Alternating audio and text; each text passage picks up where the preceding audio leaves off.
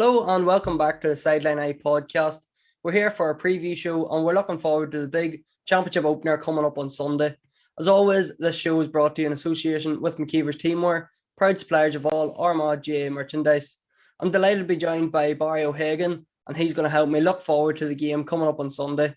Barry, a huge game for Armagh, a huge championship opener, travelling to Ballybofey to take on Donegal, and I suppose there's only one place to start. The good news that broke the other night of Armagh's suspensions being lifted, and now the four boys will be available to talk out on Sunday. So a bit of momentum coming in off the back of that. Yeah, Sean, it's added quite a bit of spice to the game. Look, I think that was going to be there anyway. I was at the game in Letterkenny in the league, and it was it was a great atmosphere. Probably Armagh had more supporters in Donegal that day in Letterkenny. There was a wee bit of needle in the game. You get sense that this game was on the horizon. So all of the media talk, the social media stuff, is Rain suspended, is he not? The three guys, Donegal not appealing. I think it adds to the whole build-up. There will be a fever pitch atmosphere in Ballybofey as a result of this. But I don't agree with being able to appeal and get off on technicalities and all of the rest. But Donegal feel aggrieved. I think if Armagh had anyone suspended, they would feel aggrieved, because I was at the game very close to where the incident happened, and Armagh had not started. One of the individuals from Donegal who suspended started verbals immediately into Nugent's face. Wasn't enough to get the victory. You hear two sides to every story, but the verbals about anti-Northernism and all the rest supposedly commended. It was a very unsavoury end of the game. Armagh weren't blameless. Armagh got involved when they shouldn't have. A bit naive in that, but Donegal were definitely the aggressors in terms of starting the verbal abuse. So I would have no sympathy. They didn't appeal and the feel aggrieved, but that was their decision not to appeal. I think Armagh are coming in a good place. I think listening to a lot of the chat up here in Donegal this week, Donegal feel very peeved and aggrieved with the whole thing, and Armagh has been favoured and all of the rest. But I think Armagh, the management team, the players will actually be coming in with a bit between their teeth and everything that has happened in recent weeks.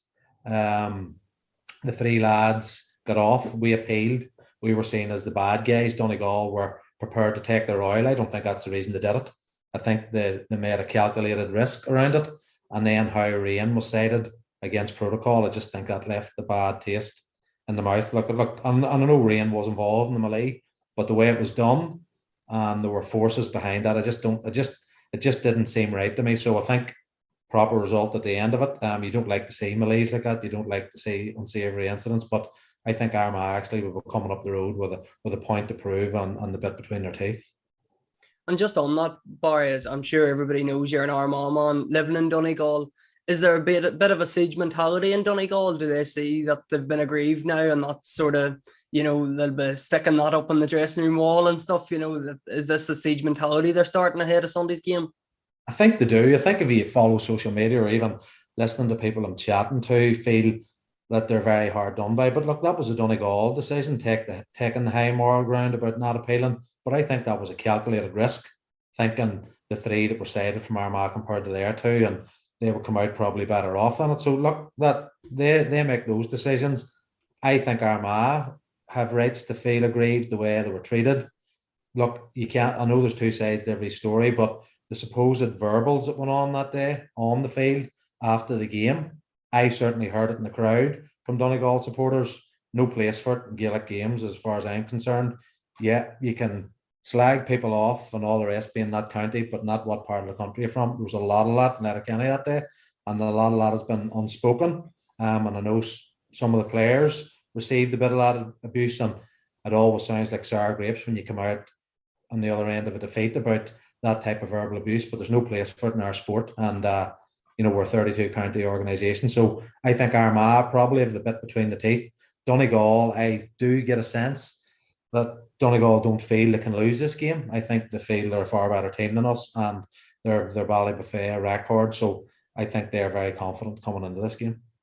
And just on that abuse, Barry, that's it hasn't been brought to anybody's attention after the game. That was never spoke about. Maybe the GPA ban on post-match interviews helped that, that was never mentioned. Do you see that happening again on Sunday? If the Donegal players got away with it 4 weeks ago, why would they not do it again on Sunday? Yeah, definitely do. I've no doubt that is creeping into the game. In recent years, I know a couple of northern teams have been on the receiving end of it. Look, that's sour grapes when you lose a game. I think the time to come out and challenge that type of behaviour, be it on the field or from spectators, is after you've won a game. So if Armagh had won the league game, it would have been a good time to come out and talk about that type of abuse. But it just seems to be accepted. What goes on in the field, you should just let it lie. But I just think it has no place in our game, and it's completely unacceptable. And look, I don't know exactly what went on the pitch, but I was at the game and I could hear it from Donegal supporters, the anti-Northern talk, and particularly for children all around. There's just an undercurrent. I don't know where that comes from, but it's not easy to come out when you're on the other end of a defeat. But it needs to be stamped out, and that's something I think that the GPA should be taking control of, because, as I say, we're a 32 county organisation, and it's not acceptable for that type of talk. And Barry, I'm not sure if you'd ever been involved in an issue like that, or if you ever received any verbal abuse on the field like that. But how difficult is it for a player to, just take that and try to concentrate on the game, whether it be, a Northern Ireland thing, or whether it be, any sort of verbal abuse? How hard is it for a player to, not let it distract them and get caught up in that? I suppose the guys are coached that well. Now, it's not easy. I'm not saying it's easy, but look, the guys should be expecting it to come again, and should be well trained, and to just ignore that type of behaviour. I suppose it's probably easier now than from the time when I was playing. I know I was speaking to Oisin McConville about this. He would have been receiving the end of it a few times at the tail end of his career.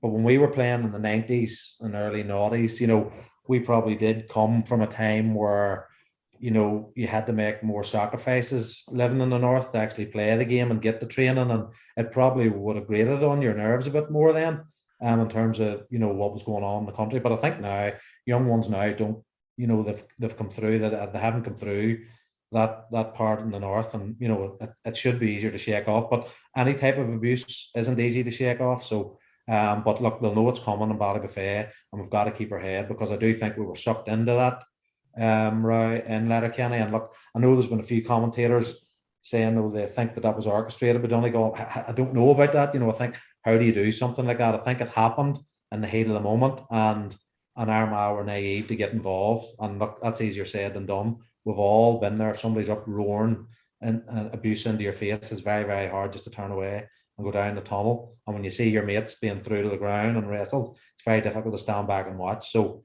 Armagh will know it's coming. They'll be well clued in, and look, I don't expect them reacting this weekend, because we're going to need the full complement of players on the pitch to win this game. And heading to Ballybuffet, Barry, Donegal are no longer unbeaten in Ballybuffet. Monaghan beat them by 5 points in the league, so that unbeatable tag is sort of broken now, but it's still a tough place to go for Armagh. It's a big journey, obviously, on Sunday morning, but playing in Ballybuffet, does that make a difference, or they're going up to play the first round of the championship? It doesn't matter who or where. It probably does. Look, Donegal have a fantastic record there in recent years. The Michael Murphys, Paddy McBrearty's, people like that, Neil McGee, haven't been beat there too often, league or championship. So it's definitely worth a couple of points to you. But Donegal are a fairly new young team as well, lads coming in. They don't have that 10-year record. Tyrone beat them in the Super 8s. So you say Monaghan beat them in the league. It's a ground, but look, they do seem to know how to play the game well.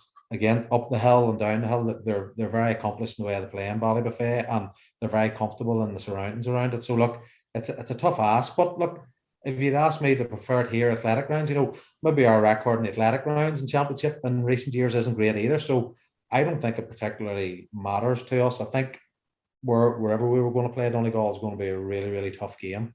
They're a very experienced outfit, and it's a game that, even though there's a back door, I think it's a must-win game for us in terms of getting to that next level.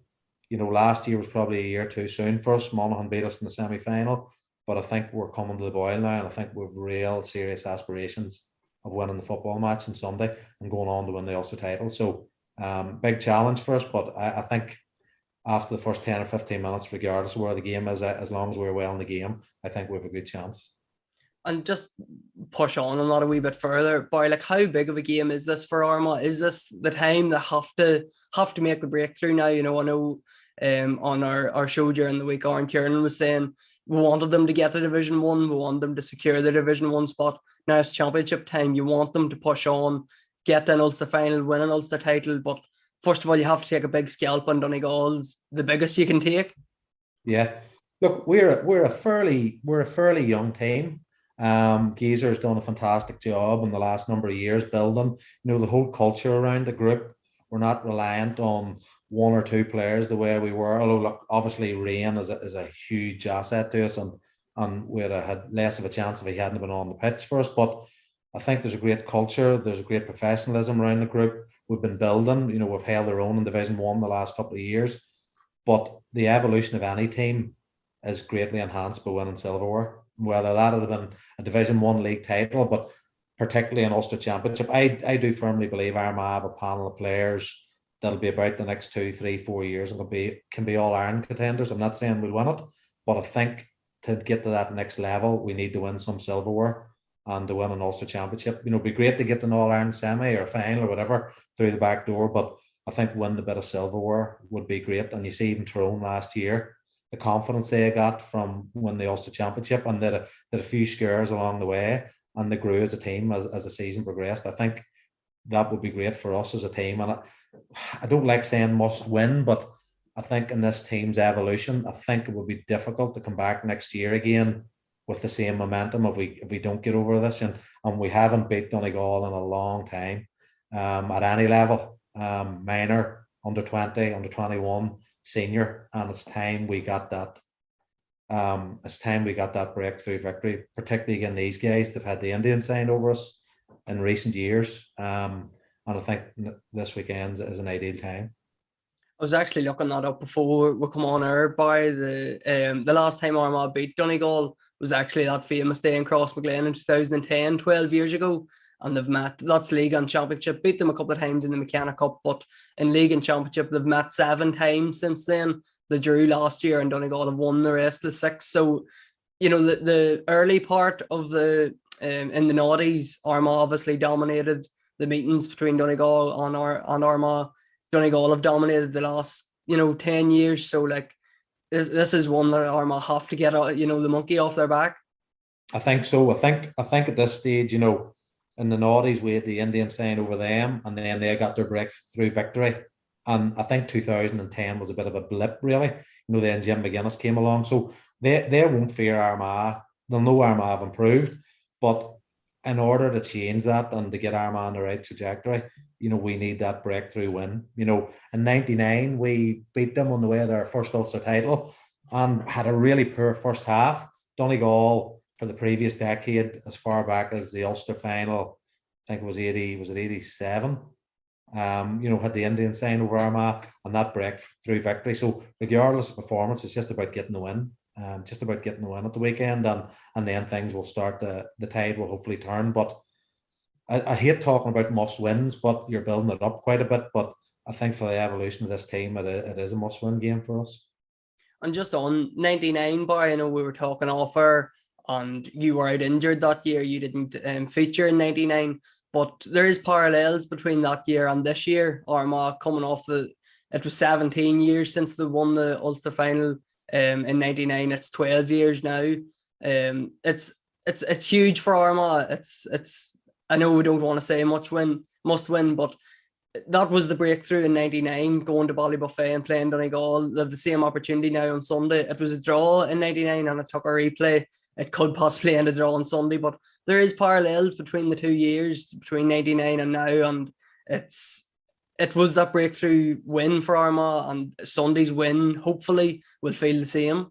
Yeah, most definitely. The team in 99, I think we hadn't won a match in the Ulster Championship for a few years. I think we beat Down in 98. Good victory.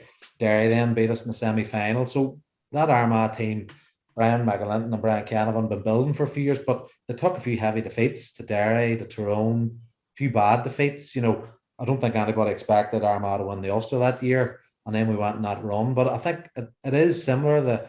The pathway of both teams is similar. Geezer's been building this team for a couple of years coming when we think and getting the odd defeat and think you're back to square one again. And I think there are great similarities.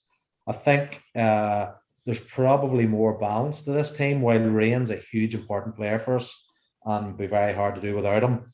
Diarmuid was injured. Diarmuid Mars was injured that year. He came on, scored a goal in Ballybofey actually. And he scored a goal in the replay, I think, as well. And Clonus, we were heavily reliant at that stage on Diarmuid and Oisín. Stevie McDonald hadn't burst on the scene yet. Ronnie Clark hadn't arrived, so we were very heavily reliant on those two guys. I think there's a better spread throughout this Armagh team. It's a better balanced team. So I think we're well capable of winning the Ulster title this year. But you have to go and deliver on Championship Day for three weekends in a row. So I'm hoping that'll be the start of it on Sunday. And talking about, I know we're saying from an Armagh point of view, you don't want to say must win, but Donegal, it's pretty much a must win for them too. You would feel they've been disappointed the last couple of years. Obviously Cavan in 2020 beat them, Tyrone beat them in the semi-final last year. They haven't really got to the stage where they're ready to contest on All-Ireland. They haven't got to an All-Ireland semi-final in a couple of years. Declan Bonner's maybe under a bit of pressure coming into this season, so they'll probably feel the same that Armagh, this is do or die on Sunday. Yeah, I think so. I think when Declan came in, took over from Rory Gallagher, Rory had been there for a while, and Donegal were playing quite a defensive style. I think Declan reinvigorated the thing for a couple of years, and when you looked at them the day they drew in the Super 8s for Kerry and Croke Park, you thought this is a team really could challenge the Dubs if they played Michael Murphy at the edge of the square, and then I think Mayo possibly put them out that year in the Super 8s, and Cavan beat them the following year. But I think they have a very experienced management team, very shrewd management team. It's up to the players, obviously, when they go onto the pitch, and I think that group of players haven't really delivered in some big days for them. They've delivered in some big days, but not in others. They haven't put those consistent 3 or 4 big championship games together. And I think they're still overly and very heavily reliant on Michael Murphy and Paddy McBrearty, who do seem to put the big days together. Even when Donegal are getting beat, when Mayo beat them, when Tyrone beat them, Michael and Paddy were probably still 2 of the top 5 players in the pitch. So I think that new breed that they haven't fully delivered on their potential yet, and I hope they don't this year either. But I think they are feeling a bit of pressure. But I don't think they'll feel too much pressure. I think they're very confident of beating us on Sunday because they've been beating us for so many years at, as I've said, all levels. I just don't think they see Armagh as a threat. And I hope that changes come Sunday night. And probably the last time Armagh and Donegal played in the championship was obviously that 2020 Ulster semi-final, and it was a complete one-sided affair. Donegal won by plus 10 points that day. The Armagh team hasn't changed overly. Jamie Clark and Ryan Kennedy, I think, are the only two not there anymore. But the mentality or whatever it is has changed big time since then. They've reached Division 1, they've stayed in Division 1 for 2 years. But will they be thinking about that game in 2020? Is there a revenge, mentality in the back of their heads going that they were embarrassed that day, that they want to put the wrongs right from 2 years ago? I don't think it'll be a revenge thing from them, Sean, really. I just think in the back of the players' mind and the management, they'll realise it's a long time. Firstly, since we've beat Donegal at a good competitive level, and also it's a long time since we've won an Ulster Championship. These guys will be putting pressure on themselves to be Ulster champions this year. At a minimum, I would suggest their targets would probably have been stay in Division 1 and win the Ulster Championship. We've proved in some of the games, even the games we lost against Mayo, that we're capable of being the top 4 or 5 in the country. So I don't think revenge will come into it. I think Armagh are much better conditioned. We're much better physically and athletically than we were a couple of years ago. I think with Kieran McKeever coming in and working solely from the defensive sides, I think we have a harder edge to us. But like Kieran himself, I think we do have a harder edge defensively. I think Kieran Donaghy has been a big plus in terms of moving the ball quick and our kicking of the ball. And Geezer, has over a period of years changed the culture in the group. And I think we're a very, very different team. We might have the same personnel, but I think we're a very, very different team. And I think this year in particular, I think we're maturing very well athletically and physically. And I heard some nonsense from, people in Donegal, heard Brian McAlinton or Brian McAniff making a comment, Armagh were training earlier than any other team. That's why they were going well in the league. People don't understand under county football, think that Donegal and Tyrone and everyone else weren't training since October and living the life. Armagh just, I think, are maturing at the right time as a collective unit. So I think that's the big difference for me. I think we have a harder edge about us, and hopefully we'll bring that with us on Sunday. Just on the Division 1 campaign, Barry, as I sort of mentioned, we were crying out to get to Division 1 for a couple of years. We got there, we've stayed there for 2 years. How much does that do for the players' confidence that not only, they didn't secure their Division 1 status with a 1-point win on the last day of the season, they finished third, they were one game away from reaching the league final. Like, they've beat the last 7 All-Ireland champions, Dublin on Tyrone. So how big of a confidence boost was the league campaign for Armagh? I think it is. I think the first couple of games against Dublin and Tyrone obviously give us a great bit of momentum. It showed us we belong at that level. But even the Mayo game, we were in control of that game and made a couple of mistakes ourselves to give the game to Mayo. Mayo were certainly in the top 2 or 3 in the country. Even the day against Kerry, I know we were flat in the first half, but we probably performed at about 50 to 60% level, and we weren't that far off them. I know, they probably could have won the game by more. And then the day in Donegal, we made wholesale changes, and I know Geezer and the lads, the intention would have been to go and win that game, but I think subconsciously, if you're a player and you make 5 or 6 changes, you're going out to do your best, but in the back of your mind, it's not do or die. And we probably should have won that game, having been well behind in the first half, second best all over the pitch. We missed 3 crucial chances near the end. I think Justy Kieran missed one he'd normally put over, Ethan Rafferty, and I can't remember someone else. They were all scoreable. Donegal went up, worked through the lines, and Paddy McBrady kicked the score. So I think that gives you great confidence, even when you're not winning games, playing below standard with personnel down, and you're close to the top team. So I firmly believe, I think and hope we went into the Ulster Championship last year and hope that we could win it. I think we firmly believe, and look, we've been taking one game at a time, but I firmly believe we think we'll win the Ulster Championship this year. And I think we have the playing style and the kicking game that can go and win it. I suppose the kicking game, by everybody knows that Armagh like a kicking game, and there's nobody to test that better than Donegal. They'll flood the defence, and we know that. How do Armagh break that down? Do you think we spoke with Aaron Kiernan during the week, and he was saying Rory Grugan's role is going to be hugely important. He needs to be the link man on the 40 to play the dink balls into the likes of Nugent and Rian O'Neill. Is that the best way you see Armagh being able to break down Donegal, or how do you see Armagh going from an attacking point of view? I think there's a couple of ways, Sean. The first way, and look, Ethan Rafferty's going to be pretty crucial to this. And Ethan has been unflustered in goals. He's being pressured. Sometimes he takes his time, he gets the kicks away. But in order to get that early ball in, if we're going to play a rain in early doors, we need to get our kickouts away. Donegal will invariably press the kickout pretty early on. So if Ethan can get long, I think we may go a wee bit longer than we normally do to get the ball in early, before Donegal can get into their defensive shape. And when we do turn them over, we really, really need that really fast transition. We did that a few times in Letterkenny, and we're able to get the ball ahead of Donegal before they get into their defensive shape. So 2 things. And then the other time, when they do press the kick and we go short, we just have to be really, really patient. Really patient. And a lot of it's going to depend on where Rain is. If Rain's in at the edge of the square, you can just let it in them. But he's outside of Rory Grugan, he's our best kick passer as well. So I think even when he's out the pitch and we can hit him long with a kick out, Rain likes to kick the ball. And I think if we can get him primary possession when he's out around the middle of the field, you'll see a good early ball going in there as well. So that's the big thing about us this year. I think we can vary it up. I think we can run the ball, we can be defensive, we can counter-attack, and we can be a very, very good kicking team. But I think we need to start kicking the ball a bit more than what we did in the last few league games. The way we did against Dublin and the way we get against Tyrone, I think we need to get back to a bit more of that style. And just you're talking about the Armagh kickouts, just on Sean Patton's kickouts, we know he is a booming kickout on him when he wants to. I'm thinking of that goal that Donegal got against Tyrone. I think it was in 2021, the one over the top that Langan run onto. He has that. So what, Armagh's in a predicament there? Do they push up and allow that over the top one, or how do Armagh deal with the Donegal kickouts? I think it'll, at different times of the game and in both halves, it'll be different. I think there will be times we'll just give up the kickers.